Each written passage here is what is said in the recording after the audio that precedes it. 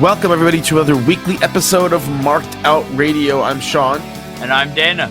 And I gotta tell you, being away for a week does not mean that the con world stops spinning. What ended up happening is I go away, and, so maybe people don't realize this. Basically, over the course of every week, we record a show, and then we basically keep a running document of all of the things and goings on and happenings in the con world and people's reports. We kind of keep a running list of things. And this week was just absolute mayhem in this con world. Yeah, I mean, on a personal level, you were away for the week, and honestly, you may have been in your house more than I was this week with the amount of events I managed to attend. But beyond even my own stuff, it was just, I felt like every convention known to man was dropping like 47 news bursts each. I mean, I know this is the busy season, but so the point is, let's just get right to it. There's so much to talk about.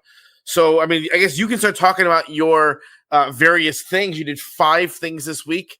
Lots of money went out the door. So we've already talked about David Wright a bunch. So how did that go? It was extremely well run. The lines were set up in a good way. Upstairs, they had everyone for photo ops. Downstairs was check-in, and they kept sort of the autograph people at bay until the photo ops were done.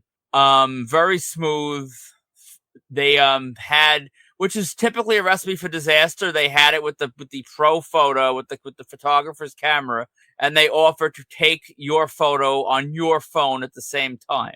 Now, that's normally a bad idea because you could end up with you and the talent each looking into a different camera, and you end up with 2 invalid photos, per marked out rules. But I rolled the dice. I gave my phone to the coach's collectible staff, and David Wright honestly was so chill. After the pro photo was taken, I kind of just nudged him and motioned towards my phone and asked him to look in that one as well. He did. I ended up liking that photo better than the pro op. I didn't pay for the JPEG for $20, which apparently took several days to arrive. This was not epic. And David Wright popped for my custom 11x14 metallic, which can be seen in the TikTok, which got 20-something thousand plays and was pretty popular overall. What is the draw for something like that? What's the turnout? Well, it's hard to really say because it was very separated. Upstairs, I would say where I spent most of my time, it was probably 100 people or so in the photo op line. People that got a photo op, where they would take their photo and leave. People with the combo ticket got back on the same line they just got off before the autograph only people were let up there. So the combo was sort of treated a bit like a VIP, where you were given, preferential line treatment over the auto-only people. There were also 2 sessions. So how many did he draw in the entire day? That I don't know. I believe session 1 was sold out. Session 2, as of a day or so before, was not. But I'm sure he did well on both sides. Plus, their model, they do so much backstock and stuff there. I don't even think it matters entirely what they do day of. So this is just one of those things where it's a private signing in public? That's the way a lot of theirs are. This, I'm sure, on the scale of magnitude, I'm sure it mattered a little bit more because they must have paid David a handsome amount. Because, he hasn't done anything like this in decades. So I'm sure he cared a little bit more, but it seemed like there was enough people in the building, and I can imagine what must have been there in the evening, that it must have been successful. So you got your custom metallic done. Zach and Vinny were there also. Zach got a ticket stub done. Vinny got his Mets 16x20. There's a funny thing. I guess Zach. I thought Zach's criticism was justified. I mean, a digital photo should not. $20 is a little bit much, but whatever. You agree to pay it, but it also shouldn't take that long to come either and be a disorganized process. But it was kind of funny that there were a couple guys white knighting for coaches on the Facebook forum. Did you just catch that? I did, and it's just strange to me because literally Zach started his post by saying that it was a beautifully ran, perfect event. Basically, he only criticized the photo company. which unless it was like, Dom's grandmother's photo op company that was doing this, which I'm sure it wasn't. I don't know why you would gloss over all those justified compliments and get defensive. But that's the thing. For a lot of these people in these companies, there's just, just extreme, not the thickest of skin. Although I do want to make it clear that I can't put these people white knighting. We don't know if Coaches Collectibles put them up to it, or this was just these rogue employees feeling the need. So, yeah, I mean, we talked about this a few times already. People are just weird, and what gets them all riled up there's that impulse to defend. It was really similar to, and it was the same kind of defense you always see. You just met a legend and you're complaining about X. It's like, well, you can actually separate the coolness of the experience from the smoothness of the transaction. That's what a sort of functioning adult can do. So it's one of those things. This is very strange. People do that. Yeah, I mean, from all accounts, it seemed it was a great signing, and it seems to be kind of a pattern that Coaches runs good signings. Yeah, honestly, it's without Steiner in the area, who used to have a lot of really great signings. I think Coaches has really taken up that sort of niche in the hobby. Because like Fanatics bought up Steiner, but Fanatics is such a monstrosity of just size and magnitude, like their Fanatics Fest and things like that. But like Steiner was a little more personal, a little more regular, a little more, intimate. And I feel Coaches is really stepping into that tri-state area void.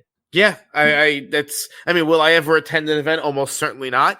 But I appreciate well-run stuff. And so then from there, it's funny because I skipped Eternal Con. I believe I said on the last show that I was skipping, and then on the last show you said you were doing it, and then like day of you decided to bail, but then you ended up reversing course and going anyway. I would like to sort of, defend all that craziness, but I can't. Saturday morning, I dawdled. I didn't feel like going. I was doing the math in my head, and I realized for those Soprano names, I'd be dropping $200, and it just felt like a bad idea. So I still, as you would do with most bad ideas, I got dressed. I was ready to go, and then I just didn't feel like going, and I didn't go. I stayed home, and I actually felt kind of proud of myself because I skipped something that it was. I mean, it's all of this is senseless, but this felt a little extra senseless. Then comes Sunday, I'm at David Wright, and Vinny was heading to Eternal Con. He was going to be working with the vendor because he knows the vendor that was involved with much of the talent. And he was giving me like blow by blow updates. Like, Vito is still here from the Sopranos. The other name you need from the Sopranos is still here. And he was nice enough to pull some strings and get me into the show. And yeah, I ended up going after David Wright. I hit up an ATM and I parted with the money that I was trying to avoid parting with. And I'm glad I went. I got Vito now. I don't have to deal with that anymore. My Soprano collection's one closer to completion. All right. So, I mean, it was basically what you're saying is that you were able to get a deal. And so you weaseled your way in. Yeah, I got a deal. And then while I was there, I had some fun. Vito was trying to Virgil me, which was fine. I paid $60 for the combo, and he hit me with, for an extra $40, you could get the bobblehead, which was him and like assless chaps when he was at like that club. It was a book, which I think might have been a cookbook, and an 8x10. And did you do it? Exactly. I didn't. I told him that. I think I told him that I was out of cash. So really? So I mean, if you got that for $40, you got the bobblehead sign. So it's funny. You know who did that to me? Tony Darrow. Remember him? Yeah. He did it to me at Chiller, and I ended up buying his stupid bobblehead. And let me tell you, when he died, I sold that signed bobblehead for way more than I paid for it. So, I mean, I guess Vito probably he's probably a couple trays of baked ziti away from dying himself. But that's what I was gonna say. That's not $40 for all that. I would have done it, but I was also not there, so I can't really. Well, he did throw me the 8x10 for free. So I mean, it would have been $40 for the bobblehead, essentially in the book. Yeah, I mean, who knows? The thing is, I would have had this ridiculous bobblehead. With my luck, he would have lived then to be 100, and I'd be stuck with this bobblehead, well into my like 60s. Who the hell needs that? That's true. And then you were. It's funny. You you were bugging out about this event, this Nashville event, because it was at a comedy club in Belmore. Was it actually billed as a Nashville event, or was it just a coincidence that those two were on Nashville? Well, I think I would like to be able to tell you more about the nature of the event, but I got there an hour and 20 minutes late by design to miss most of the event because I didn't want to see it. But it was 2 stars from the ABC show Nashville, and I'm not a country music fan, honestly, at all. There's like one album I think I like. That's it.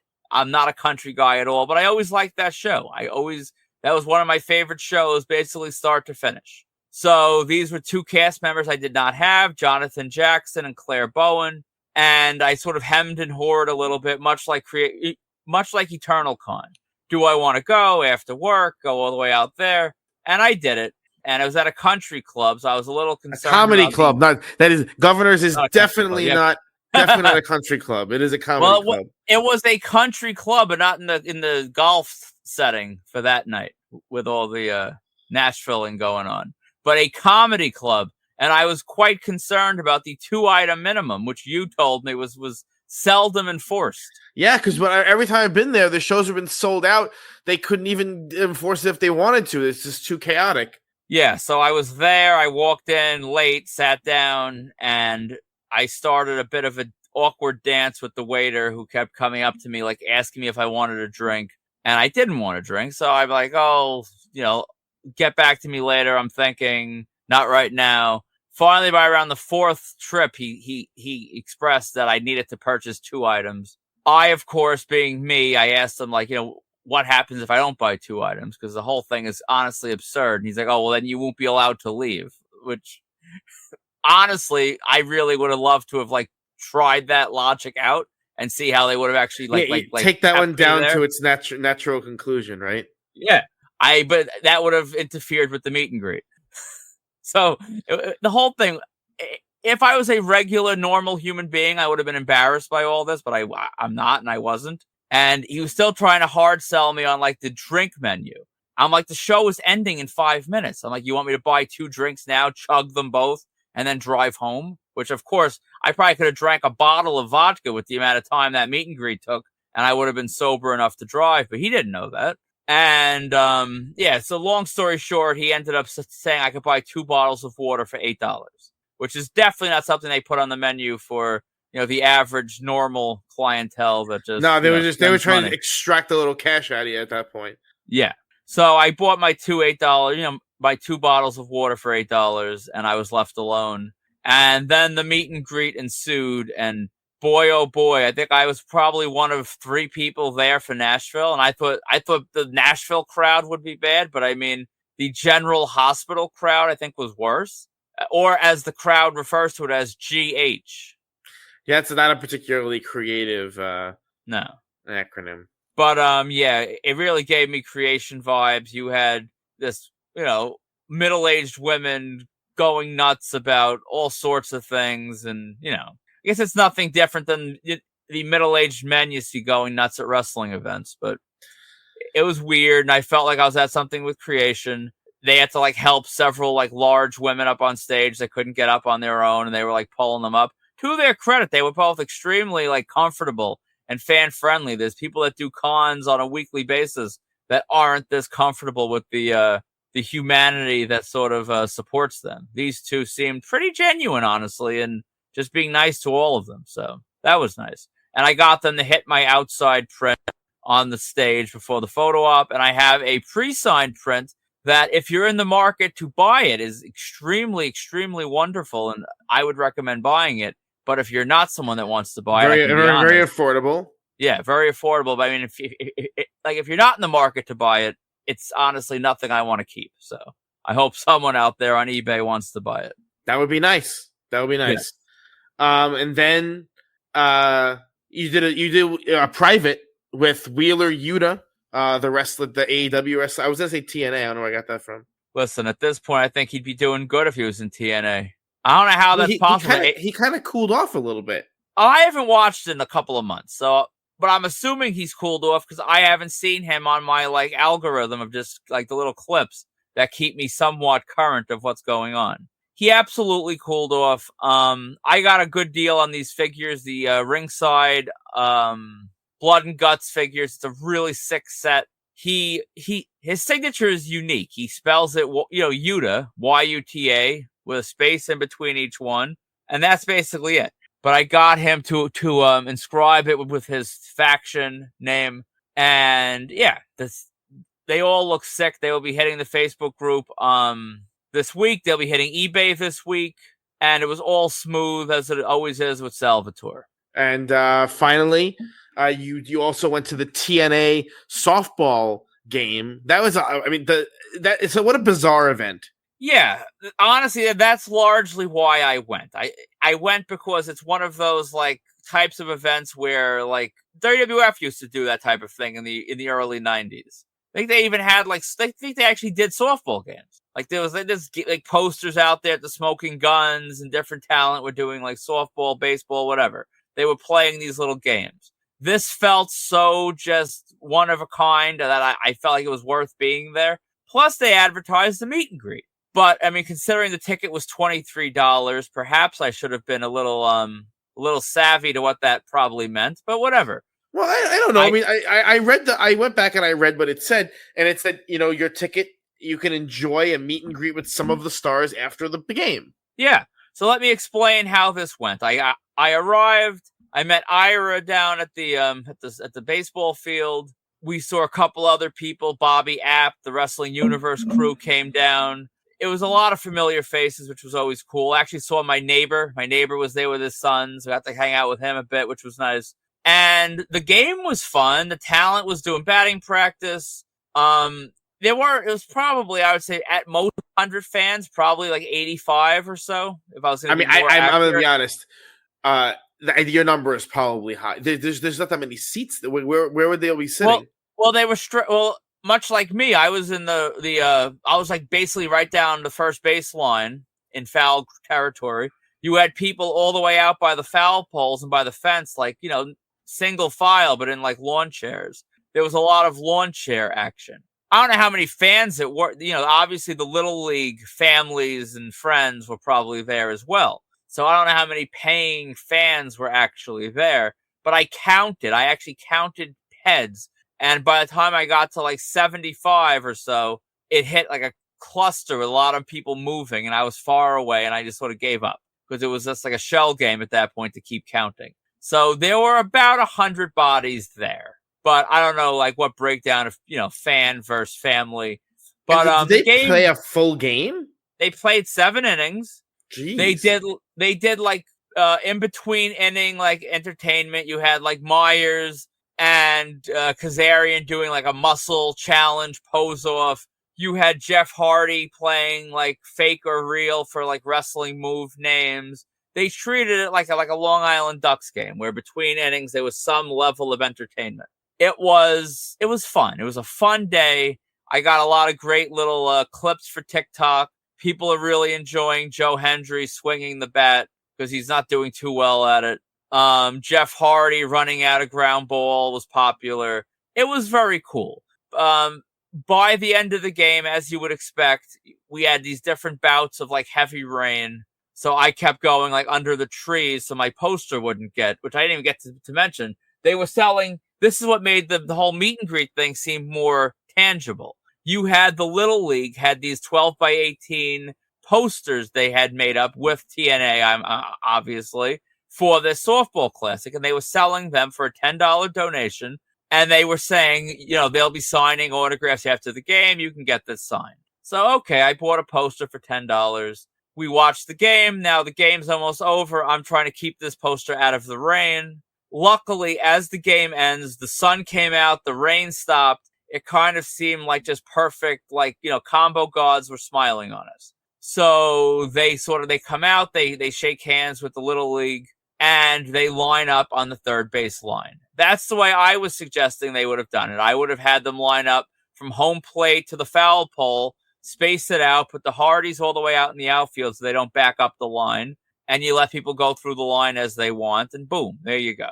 But how they did it was they put all the talent along third base, from third base to home plate, and they said that the kids were going to come out and run the bases. which fine, cool, whatever, the kids. They told the kids that as they were going from third to home, they slapped 5 with each player, and they stressed, do not stop for selfies, do not stop for autographs, just keep running. So I figured, okay, they're gonna do that for the little photo op for the TNA's socials, because it looks nice and wholesome.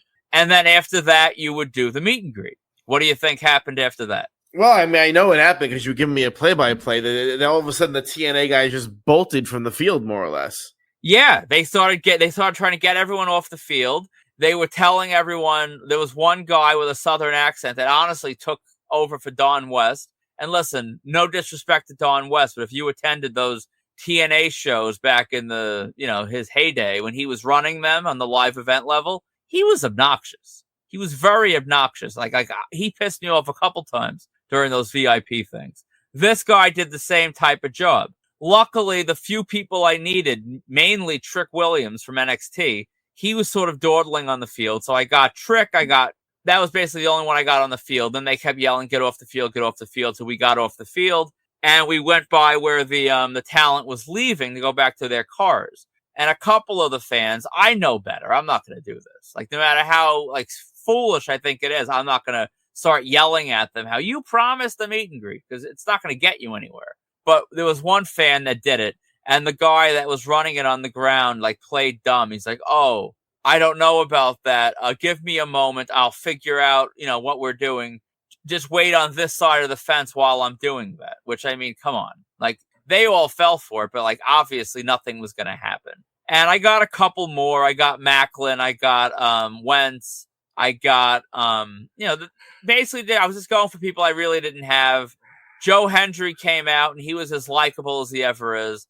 He took selfies with most people. I didn't bother. But he announces oh, my Uber is late, but it's almost here, and I can't sign anything. And there was no Uber. He was clearly walking back with the talent to get into one of the cars they were all riding in. And just don't sign or just say no. He makes this whole spiel to it just made no sense. And honestly, listen, for $23, I more than got my money's worth. For $23 in this day and age, I guess to expect combos from the Hardys and Ziggler and all these people is not, that's not the going rate. I get it. But I mean, they shouldn't have promised a meet and greet and then not delivered, because not everyone's like me, that you're going to get some stuff. A lot of the people would have just left the field when told, and they got nothing. And that sucks. Yeah, it's really strange because most of these guys are super fan friendly typically. So the whole thing just doesn't make a lot of sense. And let me just stress, I want to just be fair here. Most of the talent, not most, but a good amount of the talent, Brian Myers took selfies with every kid and adult that asked. Shockingly, the Hardys were actually kind of quick about it. They really didn't stop. I thought they'd take care of everybody. They were really just moving. Jeff took a couple, but not many. But I mean, a lot of the talent did the absolute best. And to be fair, they're probably not getting paid for this. It was probably a charitable donation on their part of time. So they went above and beyond. It was just the organization of promising this meet and greet. If they didn't promise it, it'd be fine.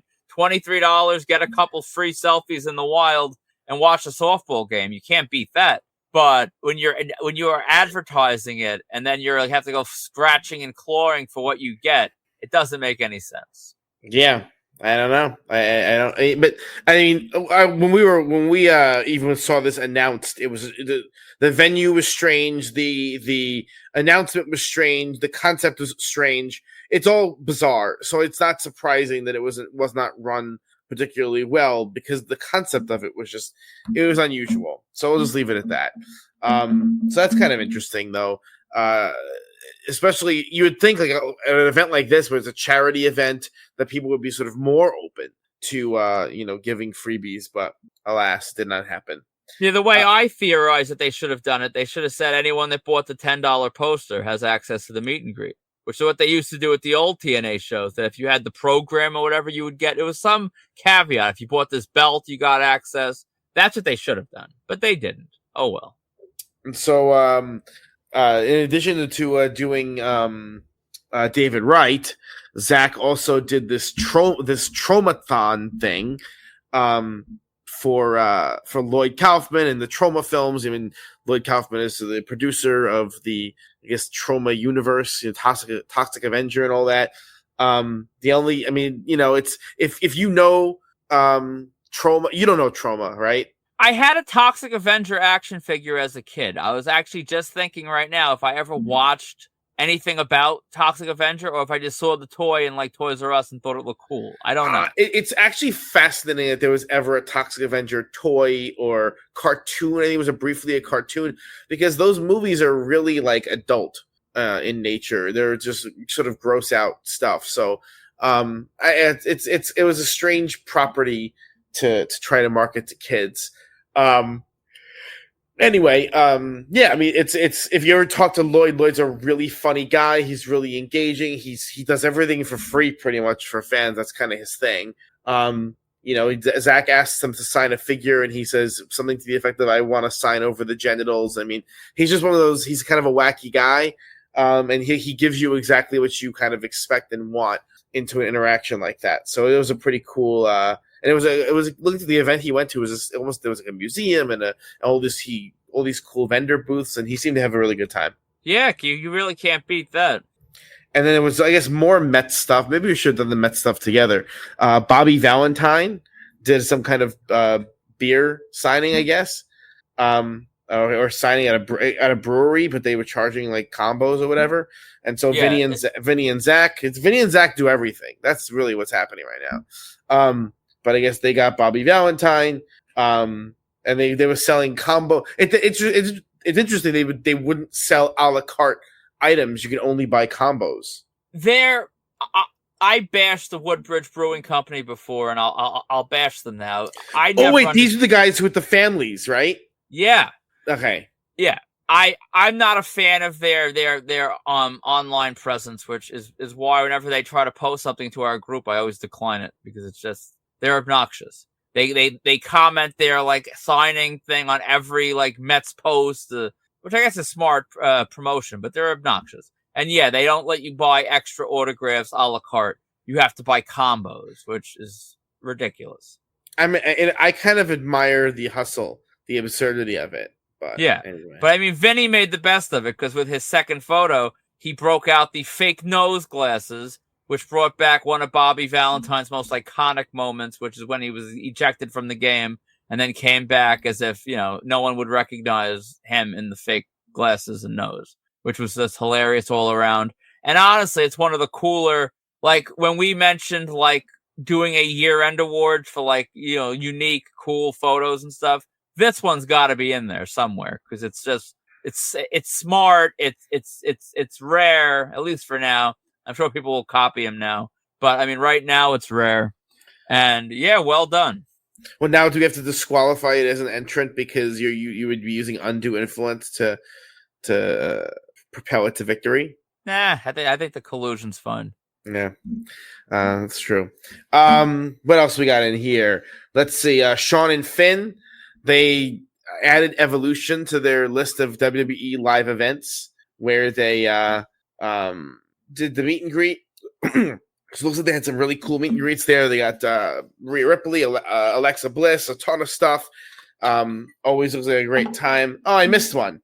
Vinny went to see Jeff Garlin do a comedy show in New York City, and he got poked fun at by Jeff from the stage. But he did get a full combo from Jeff after the show. It's very interesting to me because I saw Jeff Garlin. Actually, I saw Jeff Garlin at the place in Belmore that you went to for the Nashville thing, Governors. And let me tell you, I am not exaggerating. I sat at my table. I had dinner at Governors for that show, and I thought I would get, like most shows, the people hang out at the end of the show. I swear to you, Jeff Garlin finished his set and walked right out the door, got in his car, and drove home. Before I could even stand out of my seat, Jeff was in his car driving away. So there was absolutely no chance of getting Jeff Garlin at the show that I went to. So the fact that Vinny has what? Maybe he had to race home the shit or something. He didn't want to use the away toilet because it was very strange. I caught him once during TV week. He was very nice. He was not in a rush, taking his time. It's kind of strange. He'd race out like that. honestly, how many fans at that venue would have even been bothering him? Honestly, Yeah, it is a little strange, all of it. But I and mean, I experienced that online.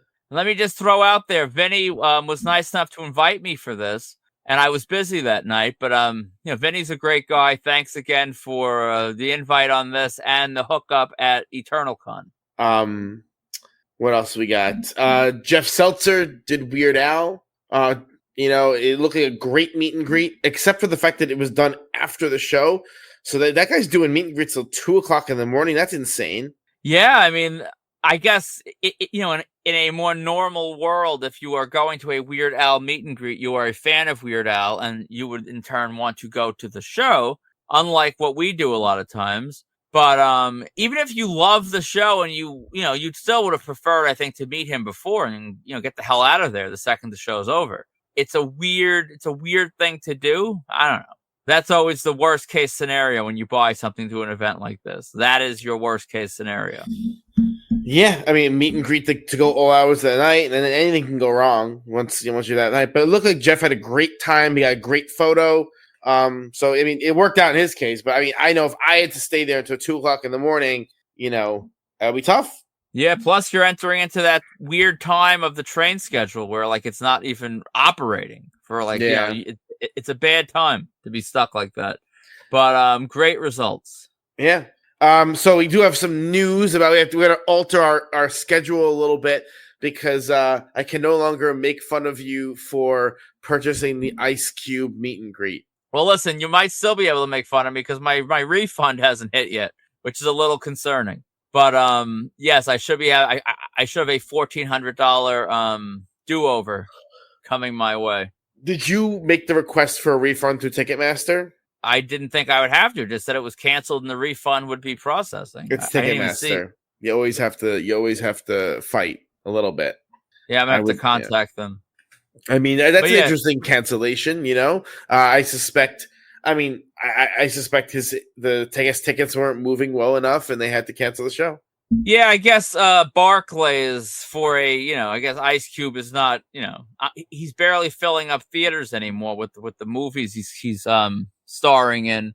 I don't think he's really a Barclays level rapper at this point. He would need a whole show if it was him and Snoop. And, a handful of other people, one of those medley concerts, he probably could do that. But I guess headlining Barclays solo, that's not his reach anymore. That's a lot of seats. That's a lot of seats, man. It is. So I got to figure out now, do I sort of respend this money when the Big Three basketball comes around and he does a meet and greet for the same price? Do I recognize that at $1,400 was insane and I just try to get him in the wild for free? I don't know what I'll do. We'll see. Chances are if they announce something else, I'll be right back buying it. So I can't act like I learned from this. What do we ever really learn from our mistakes? No. That'd be boring. Yeah, I know it would be. I know you regret that this is canceled because you won't get to meet Ice Cube. I regret that this is canceled because I kind of lose a bullet out of the chamber to sort of make fun of the absurdity of the hobby of paying $1,400 for a photo with Ice Cube. So now no one is paying for $1,400 for a photo with Ice Cube at this moment anyway. Lots and lots of con ads happening. Chiller release a second wave of names, tons of names. Reginald Vell Johnson, is a big name for Chiller. He's only done a handful of cons before. I mean, you either know him as Carl Winslow or you know him as from Die Hard, right? But either way, these are two incredibly iconic roles, one in film, one in television. Reg is a really fantastic guest for Chiller. I think he'll do really well at Chiller, honestly. I think I'm going to get an autograph. I mean, that's ridiculous. On what? I don't know, the Funko. Maybe I'll start a print. You could have done the print with when we actually were at 90s Con with everyone else. I know. Listen, man. I'm not saying it makes sense. I'm just saying it may happen. That's fair. What else we got on here? Oh, Chiller also added Dave Davies, Garrett Morris, Thomas Nicholas. a whole bunch of people. So Yeah. Chiller is filling around. I mean, I know they added Thomas Nicholas because American Pie. American Pie, they're adding to that reunion, so we're going to keep that train going. Yeah, the American Pie reunion chugs on, and then interestingly enough, I am surprisingly excited for Dave Davies. Like, I've heard the Kinks, like my parents playing the song since I was a little kid. Like, I honestly like a ton of their songs, so I will be getting Dave Davies, which is not something. That's really niche, I have to say. I know. I'm actually surprised myself. And like, I actually forgot how many songs of theirs were theirs. Like, I was going through after the announcement, like just going through like the Apple Music playlist, and I'm like, holy crap! I didn't know this was the same artist that did that when I was like 7, like hearing it. But yeah, like the songs bring back a ton of good memories. So I will absolutely be getting him. Let's see. Not to be outdone, Chill Out, which is running across the street from Chiller, is we've talked about that already a bunch of times. They added iced tea and cocoa, and they're also a Chips reunion, and so they're chugging along with their announcements as well. Monster Mania came out swinging this week. They added David Harbour. They added Joel David Moore. Joel David Moore just doesn't really do cons, does he? I was completely knocked over by that name. What a cool name. David Harbour, I know that he is super popular from Stranger Things, among other stuff. I mean, he's almost like he's going to be a huge draw for Monster. I mean, that's like he's going to be a massive draw for Monster Mania. Not really a draw for me, but I got him, years ago when he was easier to get. But a massive draw for Monster Mania. There's still no update on Method Man, whether he's going to do the show or not, or what the issue was with his contract or agreement or whatever. So hopefully that gets ironed out by the time this airs, but we'll see. What else are we looking at?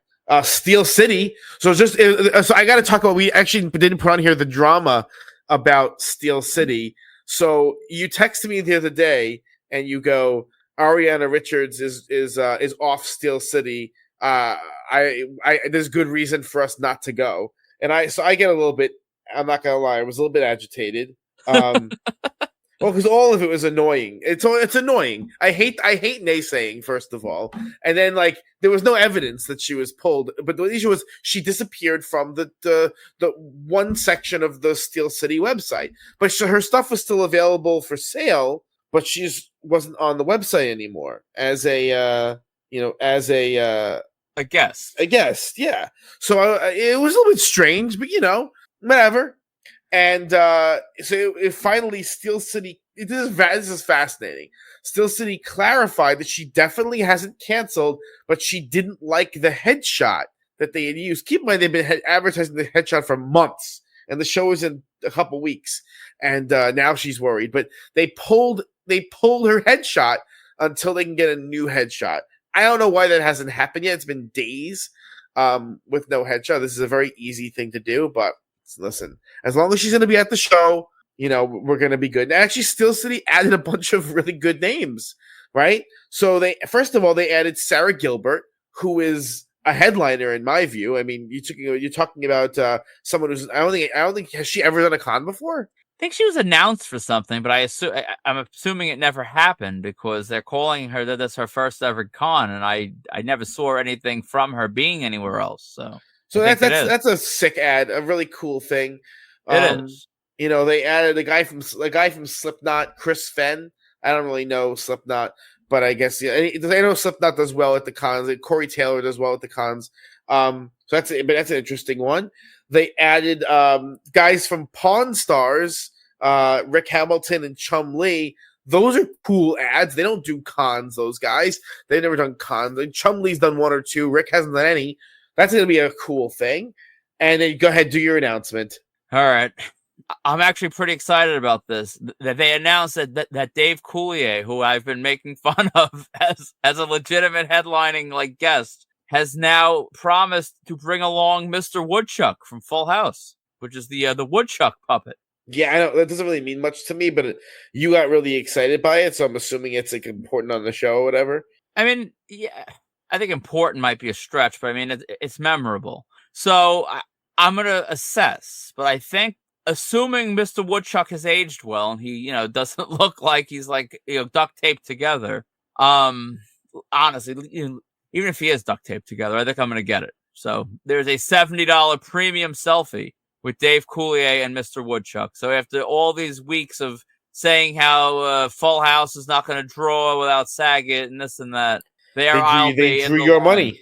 I mean, they replaced Saget with the Woodchuck. I think if you can't have Saget, you bring in Mr. Woodchuck. I think it makes sense. So there you go. You're going to be spending money on Dave Coulier and a puppet.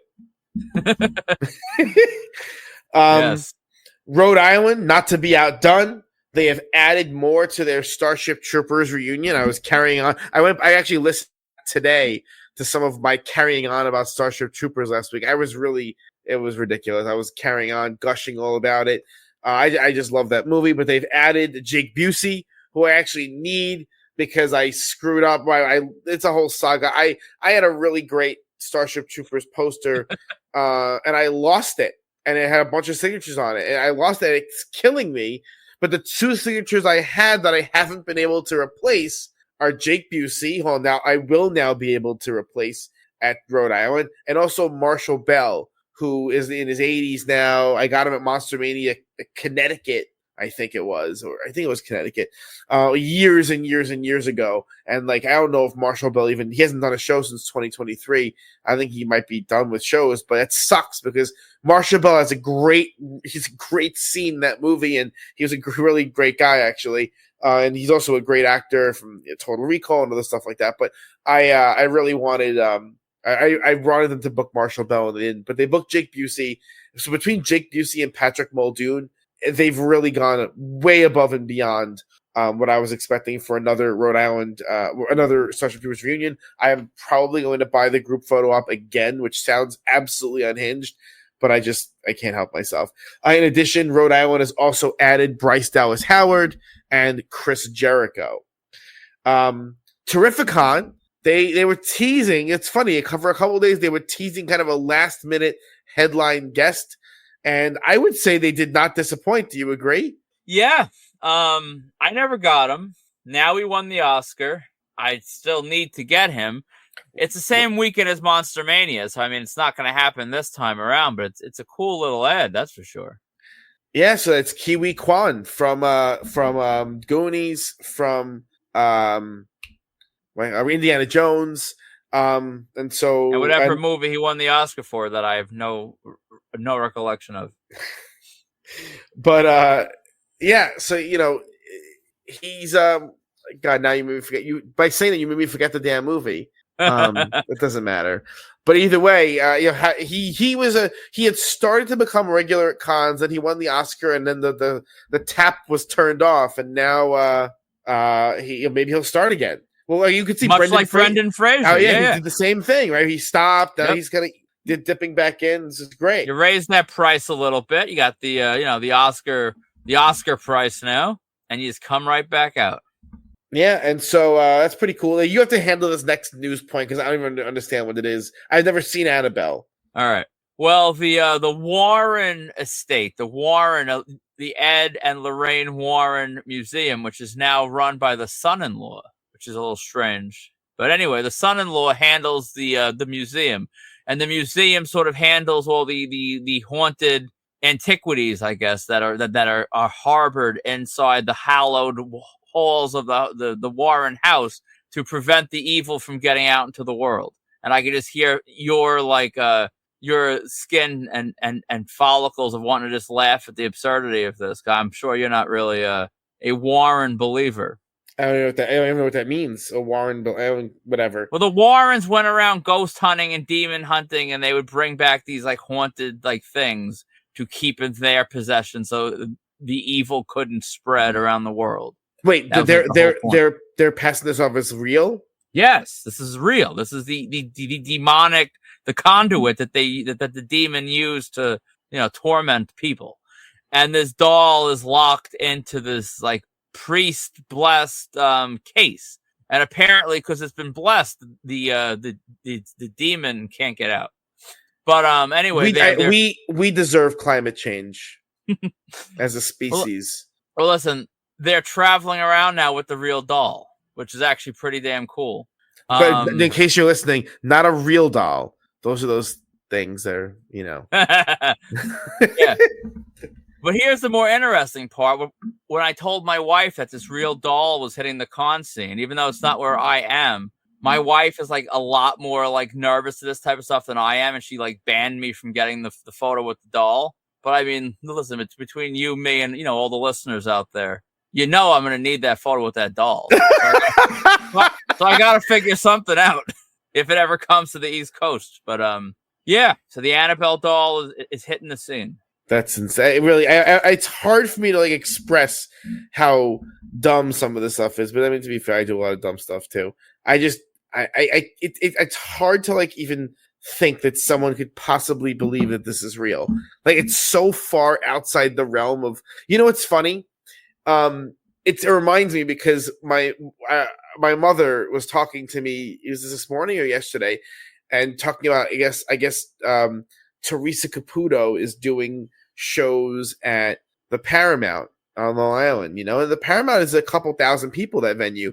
And I believe like she did she booked a couple shows and they sold out. And so they keep adding more dates. And I'm like, there are people who believe this is real, and it's something that I can't wrap my head around it, how people do, because like, we know how the fakery is done. I don't know. I can't get over it. You'll always find the sucker who believes in stupid stuff, I guess, is the point. I'm open to the possibility of like a medium, but I mean, I've yet to be convinced that any of that I've seen are real. So, but they're not, because look at the kinds of people who present themselves as mediums. Like, if a Martian just arrived on Earth today, right, and someone said to this Martian, "Oh, like, some members of our species claim to talk to the dead," and they showed him like a picture of Teresa Caputo, the Martian would start laughing, because you just know it's not. You know what I mean? That's like the part of it that that's how you know. Like, I remember many years and years and years ago, really long time ago, my aunt was really into John Edward. Do you know who John Edward is? Oh, I don't think so. He had his moment where he was like the most famous psychic in America. He had his own TV show. He had his moment. He had his own moment enough that South Park made an entire episode about him. But anyway, he was the biggest douche in the universe. That's what it's called. But anyway, and my aunt wanted to see John Edward live, and so I went with her to John Edward live. It's like a concert, basically. You're watching a medium, and it was at the theater at Madison Square Garden, and his opening act was Sylvia Brown. Remember Sylvia Brown? I don't. She was always on the Montel Williams show in the 90s as this medium.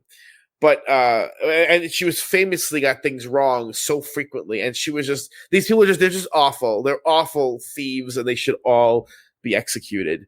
And that's like, I'm not in favor of capital punishment except for two things: people who double park on purpose, and mediums.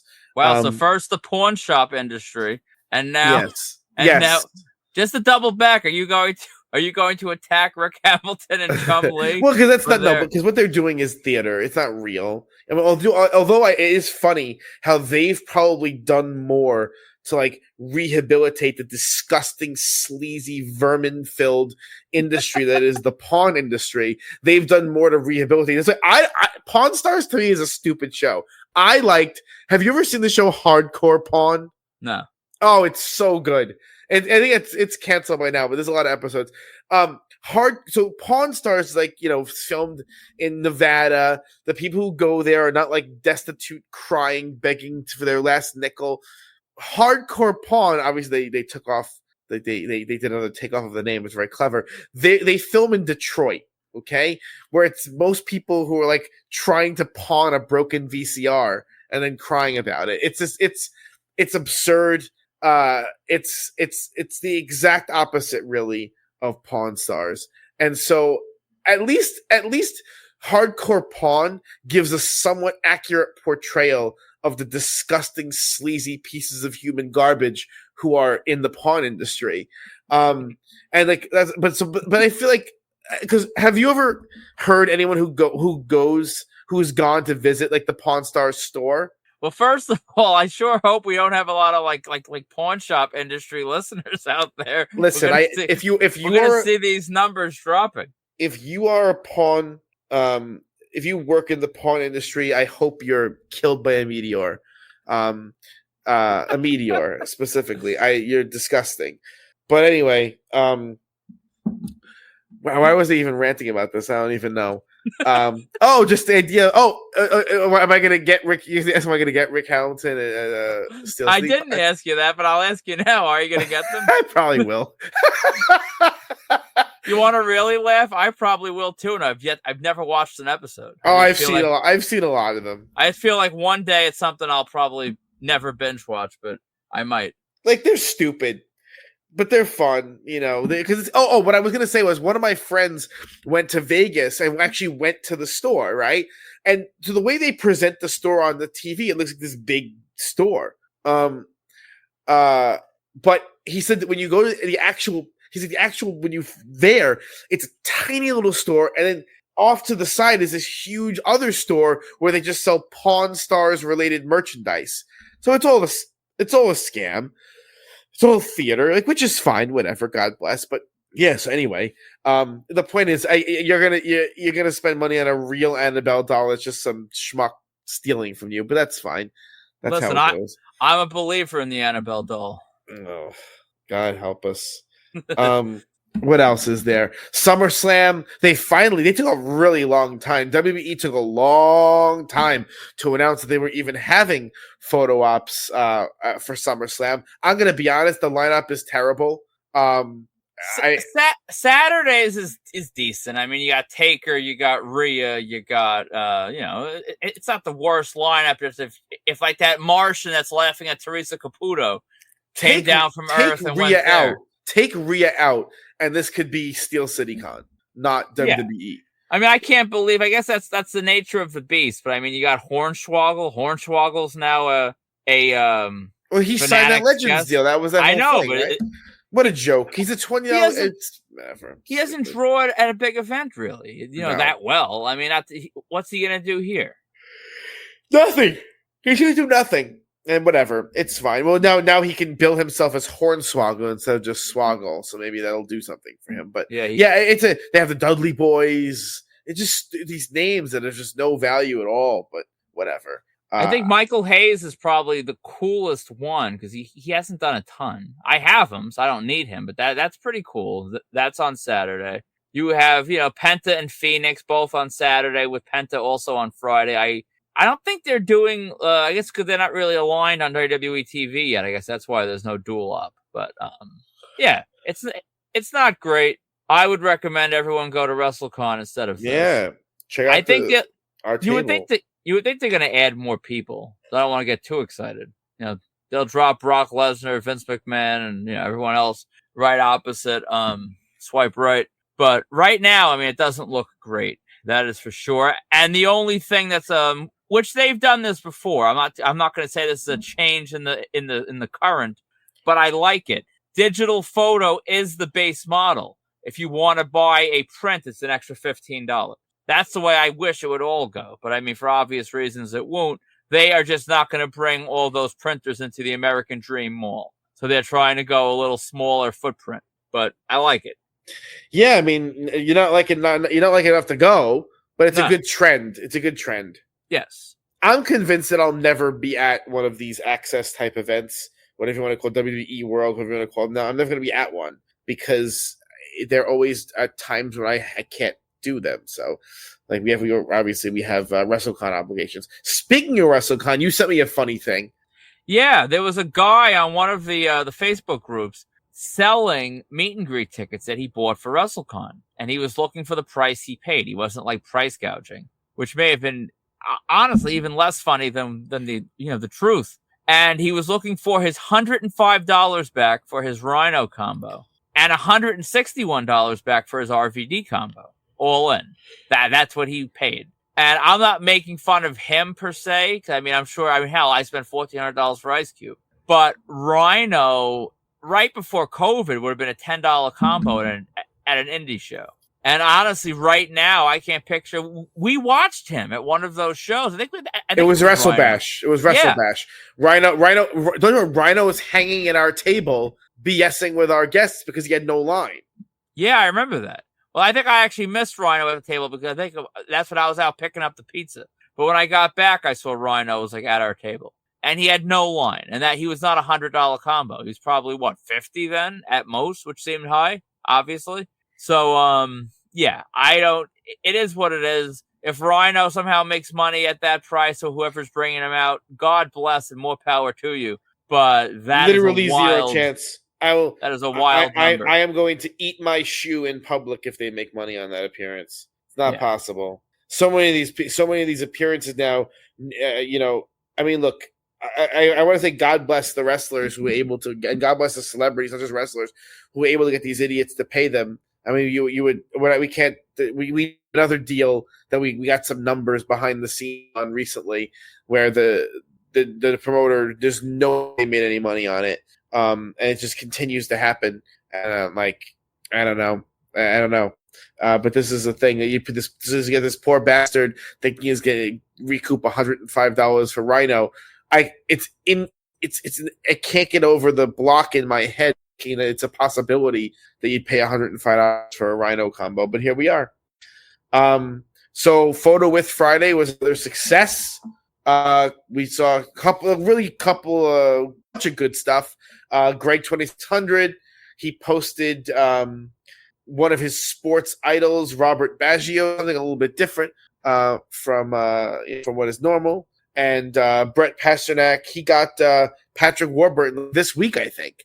I have a grudge against Patrick Warburton. Do you know this or no? Yeah, he screwed you. He canceled Boston or something. And yeah, I bought a whole bunch of stuff for him to get done at Boston Fan Expo. He canceled very shortly before the con, and then he hasn't been booked since at a con. He's all over the place doing these stupid comedy gigs for 50 people and signing all over the place. And yet he no-showed freaking... I think he's actually on Long Island doing one of these comedy gigs on the weekend of WrestleCon. Of course it's the weekend. Of course it is. Yep. So it's fine. I actually believe I sold a lot of the unsigned items that I wanted him to do for me anyway. I believe I got rid of them in a bulk deal just to move it. But I'm kidding. I don't really have a grudge against him. But it's so annoying that happened. So anyway, if you're shopping for autographs, check out www.markedoutcollectibles.com or our eBay store at markedoutcollectibles. To contact us for any reason, please email markedoutcollectibles@gmail.com or join the Marked Out Collectibles official marketplace on Facebook and join the conversation there. All links are in the show notes on Facebook and Substack. And if you want your event, product, or brand advertised on episodes of Marked Out Radio, reach out to us today at markedoutcollectibles@gmail.com.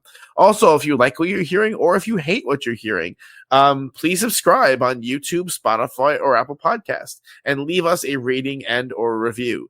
You can leave a rating and a review on Apple Podcasts. You can leave a rating on Spotify, or you can leave a comment, a thumbs up or a thumbs down, or all of those things. Actually, you can't leave a thumbs up and a thumbs down at the same time. On YouTube, we welcome all engagement. So the reason why I said that this week was a huge week, and the reason why we really were like racing to get this done is because there was a kind of a massive story about forgeries in the hobby this week. And it's interesting because, we've been riding the forgery wave over the past few weeks, few months even. We identified a couple of forgers who are smaller time forgers in mostly wrestling, the people who are, buying fakes from China and laundering them through their accounts, or people, like Richie Sorrentino, who buys forged items from Timmy Embler and then sells them to his dupes on Facebook who trust him to sell real things. Which we've covered in the past and, whatever. But what happened was, I guess we'll start with the first piece of it, how it's so important to control information when it comes to making accusations about fakery. I'm very, very confident, talking about the fakes that are being sold in our sphere. When we identify fakes, like when Richie's selling fakes or whatever, that's easy to me. But there was an interesting thing that happened where pro wrestler Edge, a fan, I guess, posted an Edge autographed card, an official card, like released by Leaf. They posted it on X, Twitter, whatever. And Edge actually responded to that fan's post and said, "I didn't sign that." And chaos ensued. Well, to me, the really interesting piece of it was lots of people were like, "Oh yeah, Leaf forges things, Leaf, blah, blah, blah." And I'm like, "What?" I thought, I didn't know this was a thing. And as it turns out, it wasn't a thing, because on our group, people posted, actually, there were certain vendors who were present at that signing when Edge did sign those Leaf cards, and they posted photos of Edge signing those exact cards. Kind of serendipitous that happened it was available on the marked out group, right? Yeah, I mean, it was originally posted on the disqualified group, but same difference. And yeah, I mean, I feel like for whatever reason, there's people out there that just want the Topps, Leaf, any of these card companies. They just so badly want them to be proven as like forging and faking these signatures. There's been other instances in the past of talent claiming to not remember signing a card or doing, Edge is not the first one to say this or do this, but it feels like these people have like a real axe to grind for whatever reason with these companies, and they just want so very badly. They get so excited when they think there's finally proof that they're faking cards. And more often than not, you come to realize that they either just, like Edge, just flat out don't remember, I'm assuming, or they sign like the little stickers and didn't know what they were going to be stuck onto. And what's funny usually is that in this case with Edge, the signature was on the cards. It wasn't even on the stickers, on the cards. And I know someone was defending him, like, "Oh, it's entirely possible you sign so many autographs you don't remember everything you sign." Absolutely, sure. Who remembers everything? But then at the same time, no one asked him to chime in and be like, "Hey, I definitely didn't sign this." Like, just keep your mouth shut. Right. He spoke with such certainty. He was so adamant that he kept doubling down. So I believe ever since that photo was posted by Sean Jacoby, I don't think he said anything since. Because, I mean, what are you going to say? It's AI? Like, AI is getting better, but I mean, what would be the motivation? Why would no one would do that. So obviously it's real, clearly, and he just forgot. And, I guess it would have been cool if he would have said something like, "Oh, my bad. Sorry, Leaf." But that's not going to happen. No, the whole thing was deranged. And to me, what really stuck out was the certainty, the absolute certainty with which he was speaking. Like there was no, I don't remember this, or it was like, "This is absolutely not mine." And then when the photo was posted, and it's like clear as a bell that he did it. It's just, so you got to be really careful. Our hobby needs to be really careful about the kinds of accusations that are made. And why this is important is because the real story this week was this absolutely unhinged thing that happened. So on the autograph group, Autographs 101 on Facebook, it was one of the larger autograph groups. A man by the name of Brett Lemieux, he posted this very long, rambling, grandiose confession about more or less faking millions of dollars worth of sports autographs and getting those on the market, both as a retailer and as a wholesaler. He claims to have replicated tens of thousands of holograms from all the major TPAs, and the kind of very strange coda to that story was the way you read you read almost like a manifesto, and you can find it online. It's been posted everywhere pretty much. He ends up taking, apparently he took his life shortly after posting that.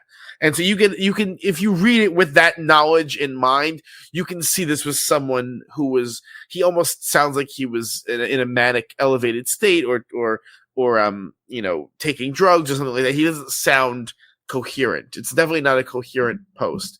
And then later on, the hobby went into an absolute frenzy when this thing was posted. And then shortly thereafter, law enforcement and fanatics released all kinds of statements that basically indicated that while what the guy said was mostly true, that the numbers he was citing and the scale that he was claiming millions and millions and millions of dollars.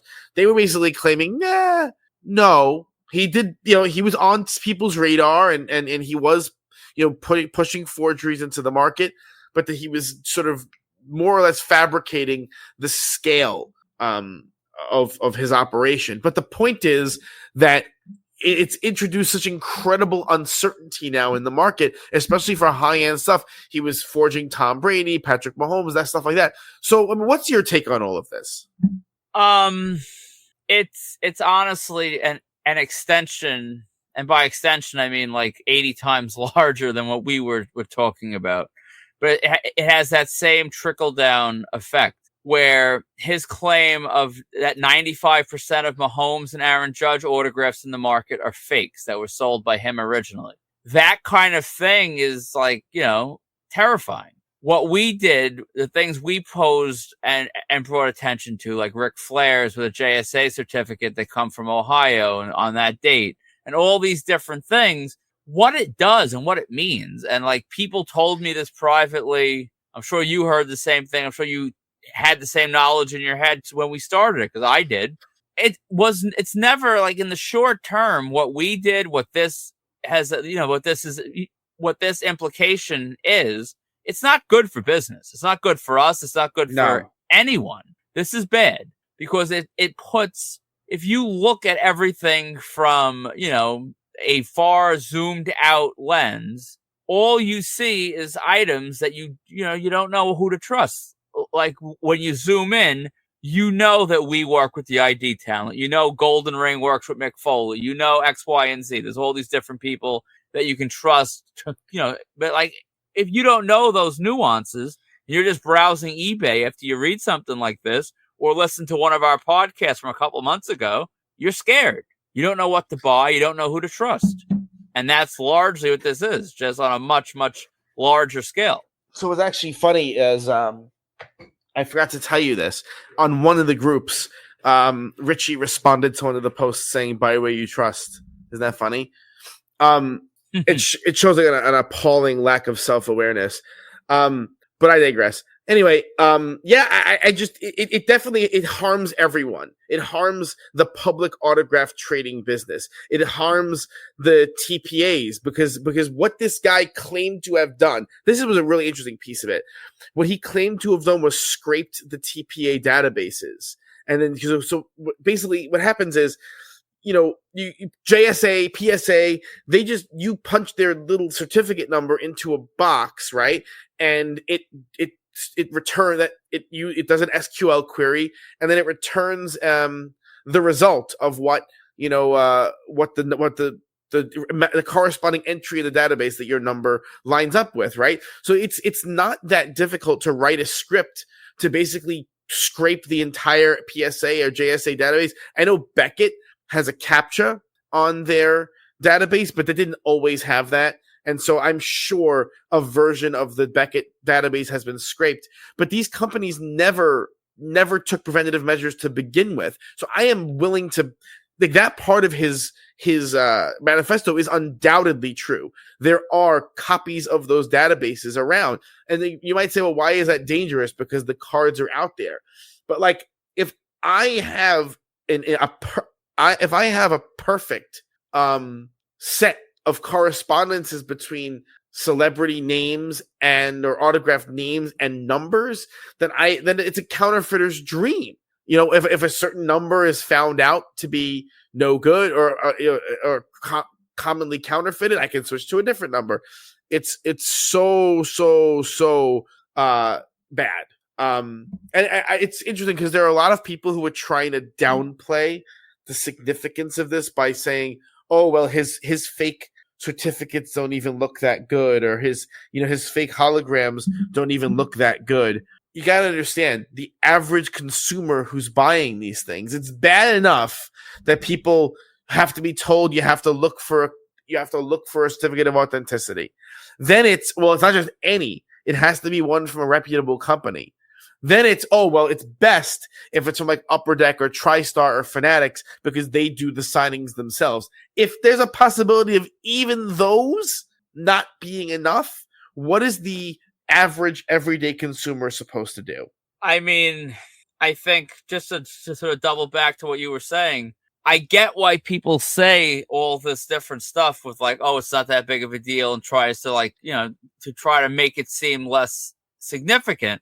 Like, honestly, we are a podcast dealing with this topic, but we're also a business selling autographs in this business. Like, if we were more concerned with our profits, we'd be doing the same thing. But like, if autographs ceased existing and we never sold another one for as long as we live, I'd survive just as I do now.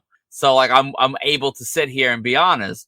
It's bad. It's definitely bad for the overall market. What can they do? What can the buyers do? What I would recommend, you gotta go straight, which is what I've been saying. You gotta go straight to the source. If you're buying something from Fanatics, go to fanatics.com. If you're buying something from Celebrity Authentics, go to celebrityauthentics.com. Don't say, oh, well, it's $70 cheaper from this guy.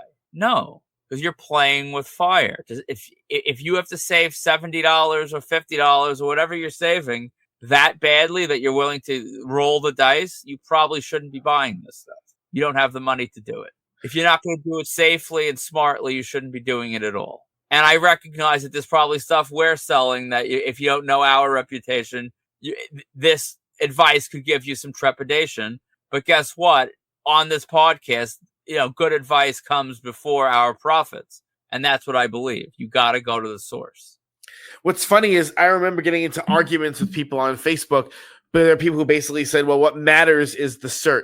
If it has a cert, then it might as well be good. And this I remember being enraged by that and getting into arguments with these people. But really, you could see the BS of that logic in this story, right? Because the cert, well, first of all, it's only an opinion. But second of all, may not even be real. Third of all, the quality controls are so poor among the certs that it is not necessarily even true now that things that are certed will hold their secondary market value, because this story is a mainstream news story. The guy's house was raided by police. It's big. It's really big. Yeah, I mean, if you're one of those people that believe in the cert, above all else, maybe you could argue that, like, the actual authentic sticker that was actually placed on by a representative without fraud being committed, maybe if you could believe that one's good, there's probably 50 other ones out there that look pretty much identical, that line up to the database pretty much identically. And, good luck, picking the right one that is the actual authentic and, real cert and the first issuance of the only issuance of that number from the source. That's what I'm saying. You have to go to a source. You can't, the cert means nothing. The source is what matters because we don't know what's a real cert from a fake cert. But let's be honest, just the advice that you're giving people, if people only went to the source, what would happen is the autograph market would collapse. Yeah. Because if you only went to the source, you could never buy a mantle again, right? You could never buy a Kobe. You could never buy those. There is no source anymore, right? And so what? Just to be clear, if someone, and this is one of those things it's hard, it's complicated. If someone followed that advice to its logical conclusion, the autograph market would cease to exist. Yeah, but I mean, using the flip side of what you're saying, and like, let's work backwards from what you're saying. If there's no source on Kobe, let's say, and I told you, okay, go out and buy a Kobe tomorrow, how confident are you really going to feel? I'm not going to feel confident at all. So maybe the answer is the autograph market should collapse, right? Because I would not be that confident buying a Kobe. I wouldn't. I think honestly what we're seeing right now before our eyes is the collapse of the autograph market. I just think ignorance and cluelessness will probably reign supreme, and much like people who buy autographs from some Facebook vendors out there who can't accept the reality that what they have, what they've spent their hard-earned money on is trash, I think there's going to be a lot of people in the market of, at large that are going to almost want to like forget they know this, because admitting they know this means that their hobby might be over, that their collection might be filled with frauds and fakes and garbage. So I think it's going to be a lot of that. But I mean, I think for people with knowledge and sense, like if you would have told me 6 months ago, like, I'm going to give you $20,000 to spend on the hobby, getting a nice Kobe would have been one of the first things I would have done. I would have been extremely excited about that. And like now, I mean, even if money was no object, I'm not excited. Hang this on your wall and be like, oh, I hope that's real. Like, that's not my jam. I don't want to do that. So I think, honestly, it's collapsing right before our eyes. I mean, you say that, but this has happened before. Operation Bullpen happened. There was the nationwide scandal. Like anything else, there is a tremendous, tremendous demand for this stuff. And as we've seen, when we've gotten into arguments with Richie's idiotic customers on our Facebook group, is that people want to believe, just like you want to believe in Annabelle, right? You want to believe. Even though if you really, like, if I had to say, stake your life on the fact whether Annabelle is real or not, you don't actually believe that it's real, right? But like, there's a certain that's like a thing where people, they really want to believe in something. Yeah, I made that point a few moments ago. I think that's going to be what keeps it afloat. But I'm saying, I think the fact right now that you would not be confident to buy a Kobe from anywhere, to me, that is a collapse. That is a huge. Yeah, but problem. That's me. I don't think that. I'm not sure. Look, it's interesting. I'm not sure that actually translates to the wider market. I think as I said, I think the wider market is going to be naive and just in denial because they don't want to face the facts. I think maybe saying it's collapsing is a bit extreme, but I think for people that really understand the way the things are floating, the way the market operates, I think there's definitely some collapse. I would not be as confident to buy something today as I was. And I know what you're saying with Operation Bullpen. This is not the first time this has happened. But I mean, as the water gets more and more polluted, I mean, at a certain point, like how many shots can it take? This isn't Michael Myers where you're going to shoot him 5 times and he keeps getting up. Like eventually you're losing blood from too many places. Right. And the TPAs kind of rose from the ashes of Operation Bullpen, right? That's kind of why the TPAs have been so valuable. Or have tried to market themselves as valuable, I should say. But here we are having a situation now where the TPAs have been largely exposed. And I say largely because there are like ACOA, for example, they are different from the other TPAs because every single item in their database is photographed. And so there's no real way because, when you look up an ACOA item, what pops up is the picture of that item. So the authenticity of ACOA stuff can constantly be litigated, right? You can just look up a picture online and really debate it. Whereas with JSA, it's not really true because you don't know that the sticker has been affixed to the right thing. And so, I think the other TPAs, JSA, Beckett, PSA, they have to switch to the ACOA model. They have to take pictures of everything. It's the only way to eliminate the fake sticker problem. Does it eliminate the forgery problem? No. But at the very least, it eliminates the fake sticker problem. That's at least one of the things now that's undermining people's confidence. I mean, this guy, one of the things that's interesting was he wrote this screed, this manifesto he wanted to throw the market into chaos. He really did. In a lot of ways, he's kind of blowing up big what we've kind of been talking about on a smaller scale. We've been seeing now for the past few months. The internet has not been talking about this the whole time. Now it is. It's starting to become more and more talked about. We've been seeing the cracks with the China certs and the stuff that's getting through PSA that is very questionable. You've noticed, we haven't actually talked about this. You've noticed a lot of the items that we're seeing past, we know they're bad, have PSA stickers on them. You notice that, right? Oh yeah. And so these guys are finding ways to subvert the TPA system. Yeah.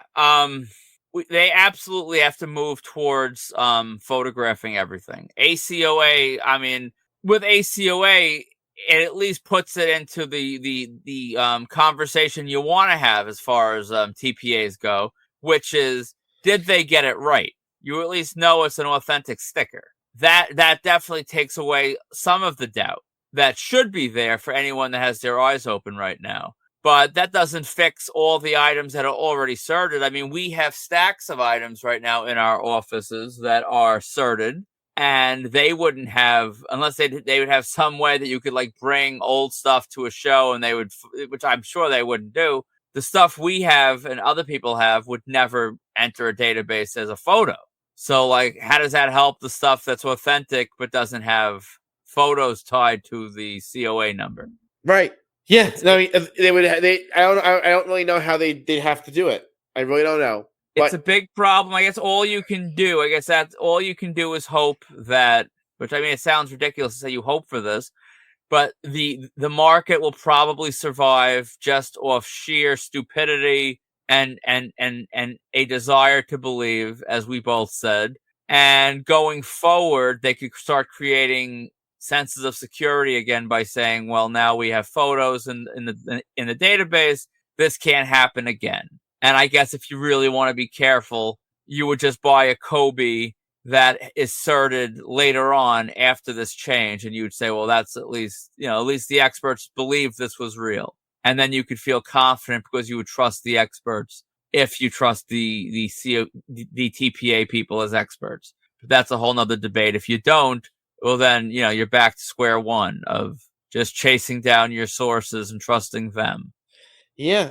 This is a really tough one. It's a really tough one because there's just no solution. We've gone so far down the rabbit hole that we can make an adjustment moving forward, but there's nothing we can really do about the nonsense of the past. There's so much garbage,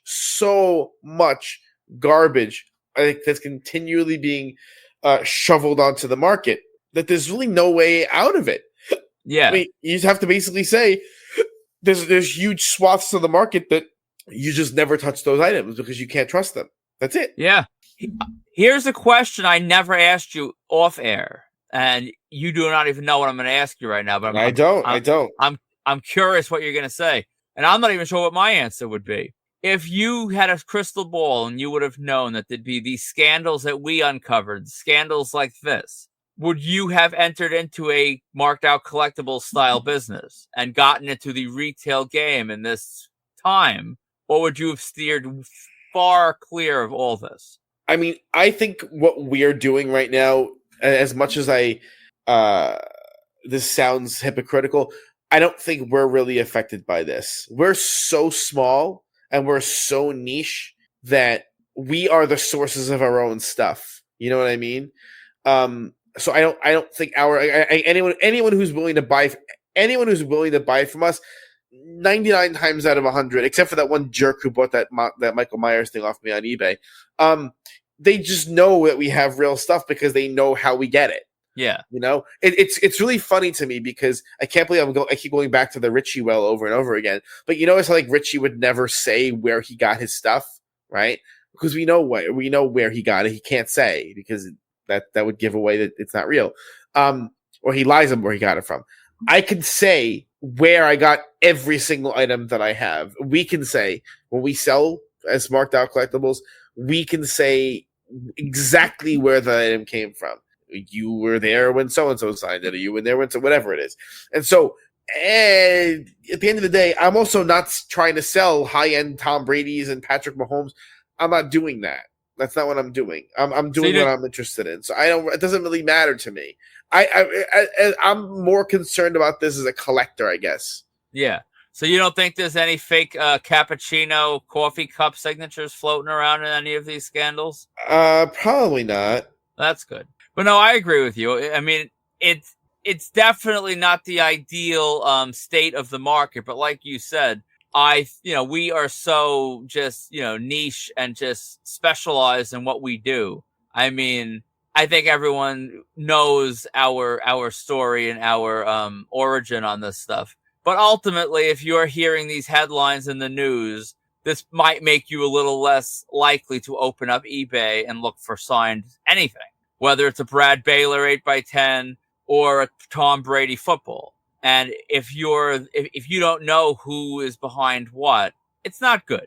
And this definitely isn't helping anyone's business. You could argue it's not hurting everyone's business, but this is doing good for nobody. And it's just a bad thing as a business owner and as a collector. And in our cases, we're both. So I'm not happy about it. Well, yeah, I mean, especially because one of the things that we've said before is, TPAs can often not be trusted, but first party, Upper Deck, Fanatics, TriStar, those are the ones who get them, they put their own stickers when they're, Steiner, when they're done in person.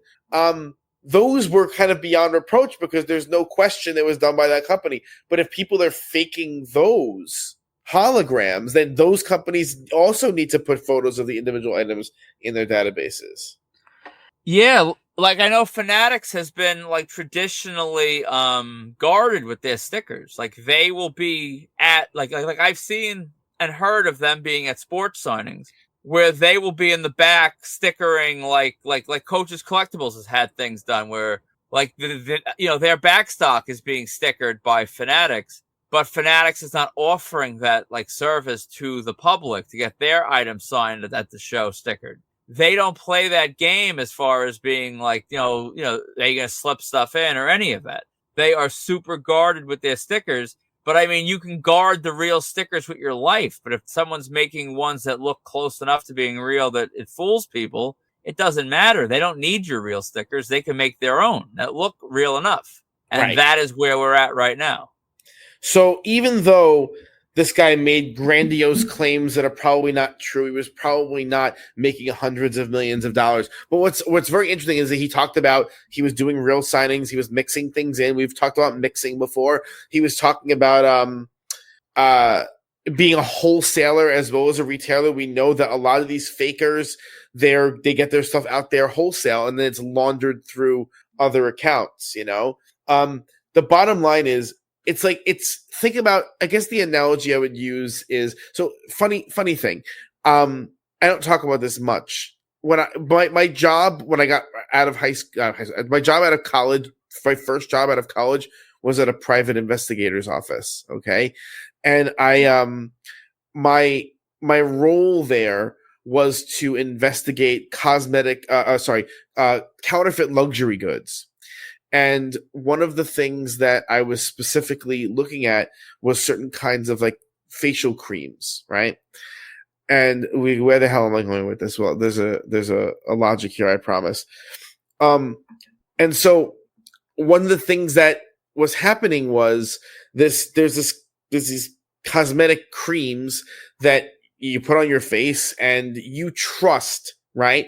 That if you go to the store and you buy a cosmetic cream that you put on your face, that it's coming from like Johnson & Johnson or whoever, and therefore it's their authentic cream that's not going to burn your flesh off your face, right? Yeah. Because if you're buying from a CVS only sources from Johnson & Johnson or whoever the company is, so you know that it's the authentic product, okay? So what's happening is vendors here now that maybe they're not quite at the level of credibility as a CVS, but let's just say let's just say you go to, I don't know, your local mom and pop bodega, right? And you see on the shelf you really need, I don't know, Vaseline for your lip. You have a split lip, you need Vaseline. You're at a bodega, you need Vaseline. You see they have Vaseline on a shelf, you buy it. Okay, you're operating under the assumption that bodega is sourcing their Vaseline from Johnson & Johnson. What if that bodega was sourcing their Vaseline from disreputable places, and what you're getting is not really Vaseline? It's some other approximation of it, right? It's the same kind of thing in the autograph world. Vendors, the truth of it is, vendors should not exist. They shouldn't. Not in the model that exists now, because what these vendors are doing is they're basically buying product from sources they can't verify, and they're acting like they can verify them. And so this guy in his manifesto, he talks about that. He notices that the key here to getting a ton of fakes into the market is mixing, is fake TPA, and it's getting reputable vendors to sell your products. And unfortunately, when you're trying to eke out limited margins, and you're trying to find the cheapest possible supply, then you cut corners. And so many of these vendors are cutting corners. That's the problem. The same way I will sort of chastise the buyer for trying to save a few measly dollars, I think it's even more fundamentally just flawed and wrong as a vendor to cut corners to save money. If you can't have your margins make sense, getting your stuff the right way, in a way that you could actually stake your reputation on its authenticity, you shouldn't be doing it. You shouldn't be in the business. It's not for everybody. You're not making it's a giant waste of time, and you are just willing to sell garbage to be able to keep masquerading as a business, as a player, as a behind the curtain operator. Like, it's all just ridiculous. And I agree with you that if you remove the vendors from the equation, but I mean, in a free market, you can't do that. That'll never happen. Well, no, the answer is to stop buying from these people because they don't offer a valuable service. They don't do anything. CVS has a store on the corner that you can go to because you need Vaseline or whatever. These vendors don't offer anything. They don't offer a service. They accumulate goods of questionable value and they sell them. They're not conducting signings themselves. I don't know. It makes me crazy. Well, no, but I agree with you, but it all just ties into the parasocial relationships. They go on their Facebook Lives. They have these legions of people that think they're friends with them. And it's never changing. It's never going to go away. You're never going to convince the person that is buying where they trust to think that what they're buying is perhaps not good.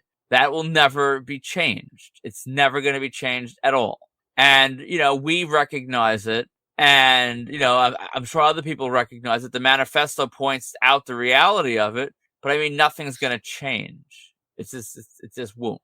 I mean, I think that if people start becoming aware fundamentally that there's so many fakes out there, I think that they'll pause giving money to people like Richie or whoever who are all these eBay accounts that they're selling questionable stuff, or the Facebook live guys. They'll stop, or at least they'll be hesitant to do so because, like, for example, who is buying? And I'll use this as an example because someone posted the other day that Stone Cold Steve Austin signed figure, right? Who is buying that when you can buy real ones that are real from official sources? The only reason you're buying is because you can't afford the real ones, more or less.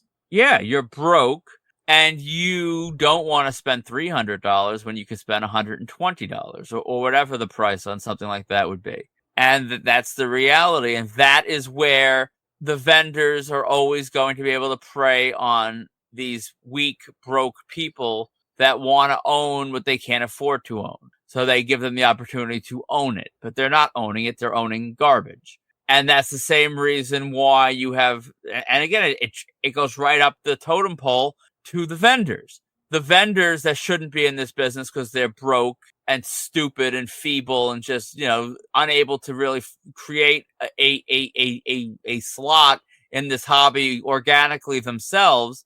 They can't afford to do anything else. So then they go to the next bigger person in the food web, and they buy all this stuff that they can't afford to buy real, and they buy it for that's fake. And there you go. It just all trickles down until you get to the top, which the top in the wrestling world is nowhere near the magnitude of the top in this whole manifesto. Well, truthfully, I don't even believe this guy, MisterManCave. By the way, I don't know if I ever mentioned that the eBay account associated with this guy was MisterManCave. I thought I set up, but maybe not.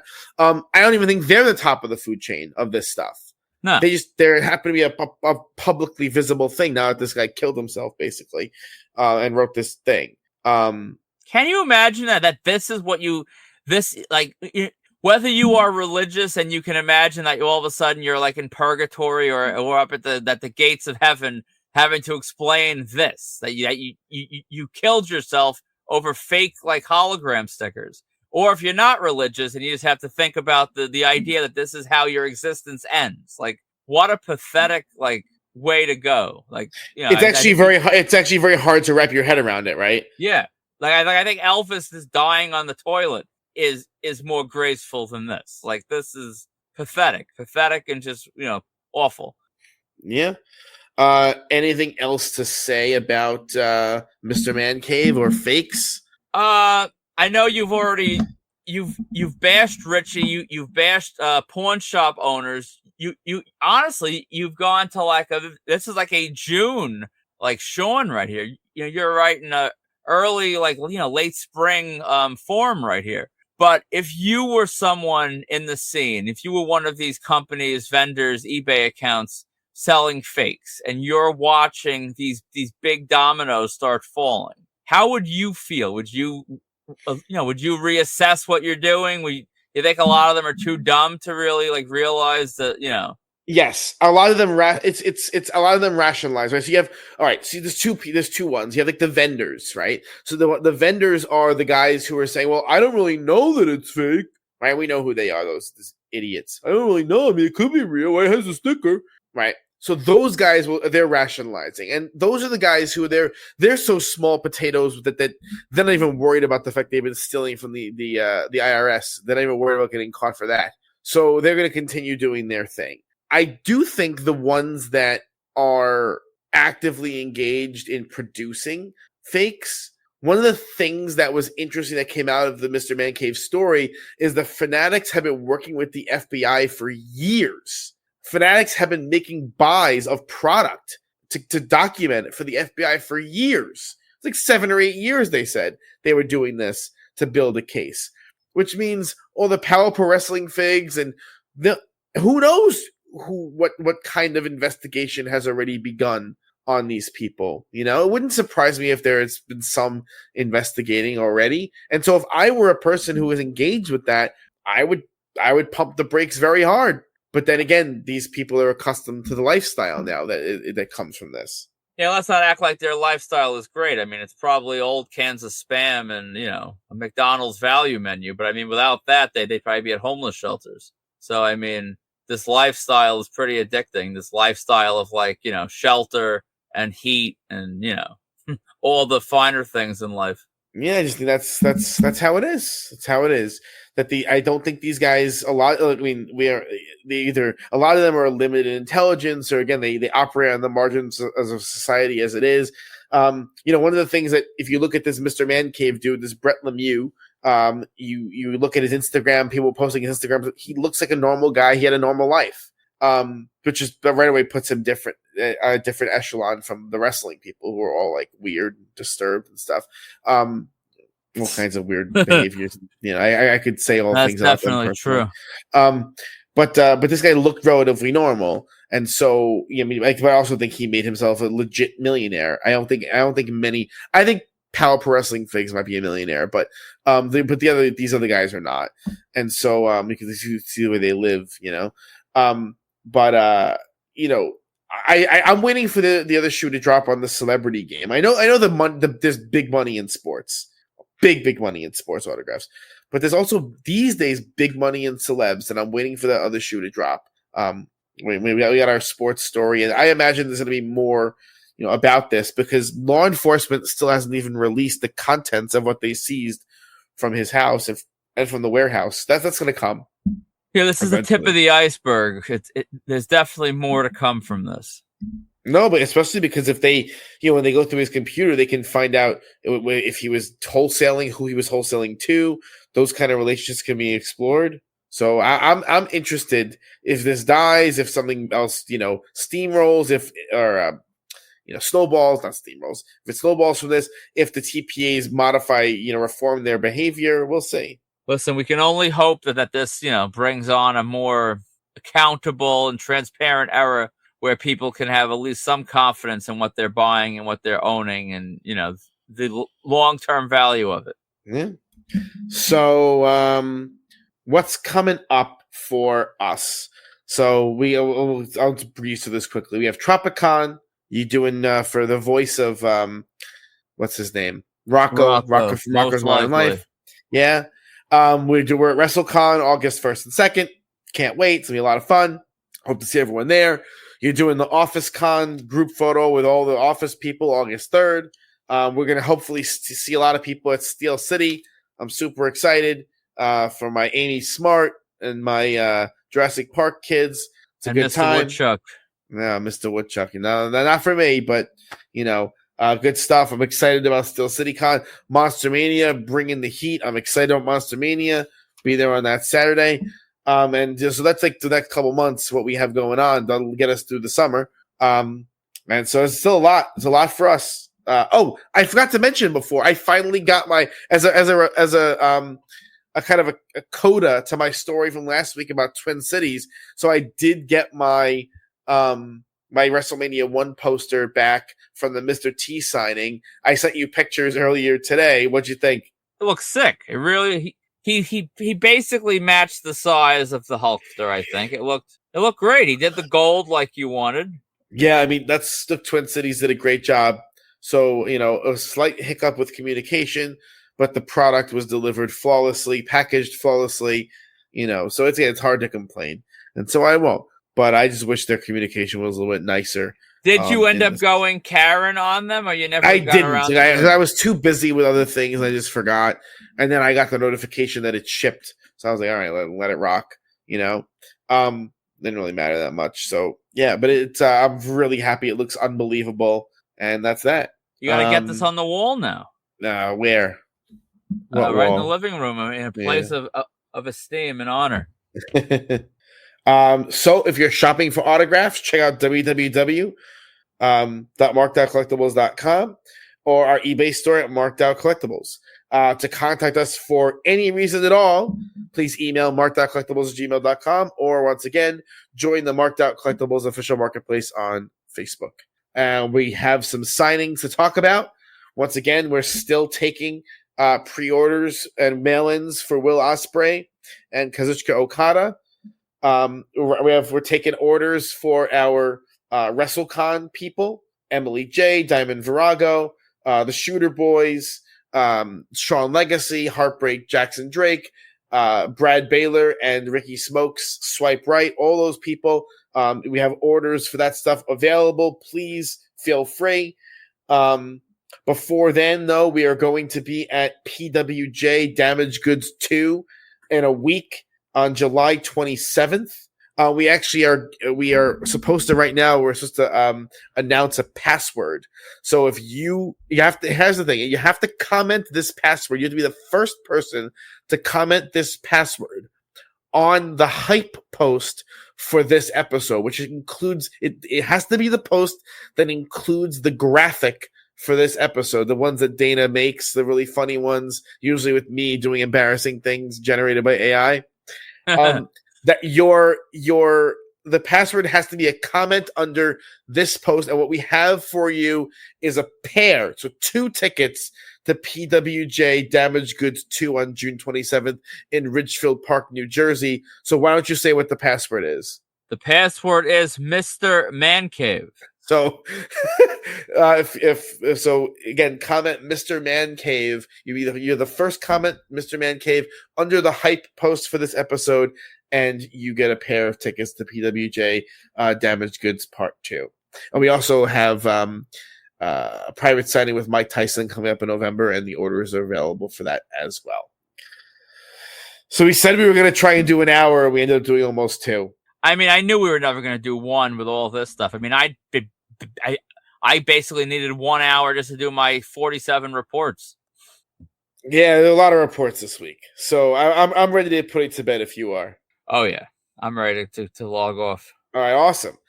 So for markedout.com, Marked Out Collectibles, and Marked Out Radio, I'm Sean. I'm Dana. And we will see you next week.